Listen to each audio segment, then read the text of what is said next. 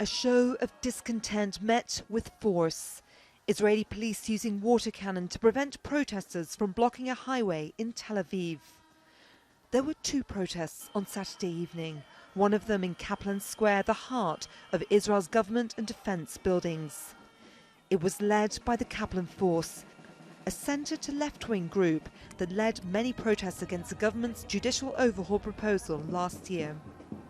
The only victory is to stop the war, to save the lives of 20 or 30,000 more innocent Gazans and more than 100 hostages. I think that our government has to announce a one-sided ceasefire now and stop the war, because I think it is most important that the hostages will be released, and I think this is the only way to release them.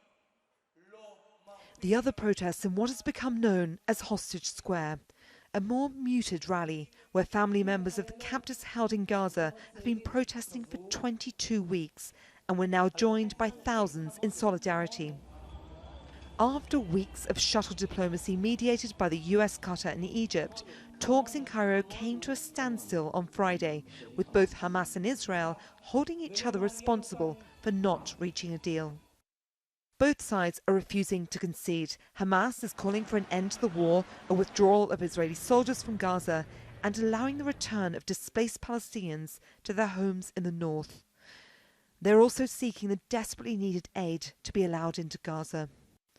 Prime Minister Benjamin Netanyahu says he will not finish the war until he has defeated Hamas and returned all of the captives. It's not just diplomatic sticking points, but also in domestic politics.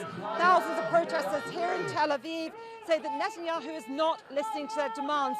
Right behind me, they're actually blocking a highway, they're blocking traffic from coming through. They blame Netanyahu for the war on Gaza and also say that he is responsible for the well-being of the captives being held there. What's clear is that as protesters say their demands are not being heard, they are becoming increasingly confrontational. Laura Khan, Al Jazeera, Tel Aviv.